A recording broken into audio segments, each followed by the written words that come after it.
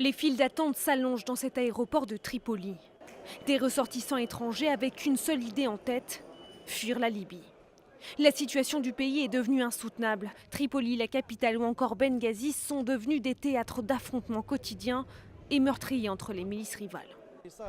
Cette crise a provoqué un fort sentiment d'insécurité. Beaucoup d'étrangers ont quitté la plupart des ambassades en passant par cet aéroport.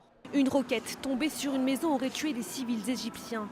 Avant cela, c'est l'ambassade américaine qui a été prise au milieu de violents combats. Aujourd'hui, ses portes sont closes. Tout le personnel diplomatique a été évacué. Plusieurs pays européens appellent leurs ressortissants à fuir le pays.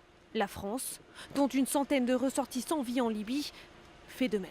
Cette communauté, nous l'avons informée sur décision du ministre Laurent Fabius de la dégradation de la situation sécuritaire au cours des derniers jours et en particulier des dernières heures.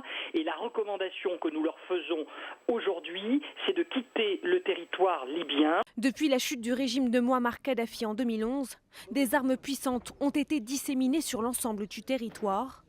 Armes dont se servent aujourd'hui les milices rivales qui s'affrontent. Elles réclament l'autonomie de leur identité régionale. Dans la capitale, roquettes et armes lourdes résonnaient encore hier près de l'aéroport de Tripoli.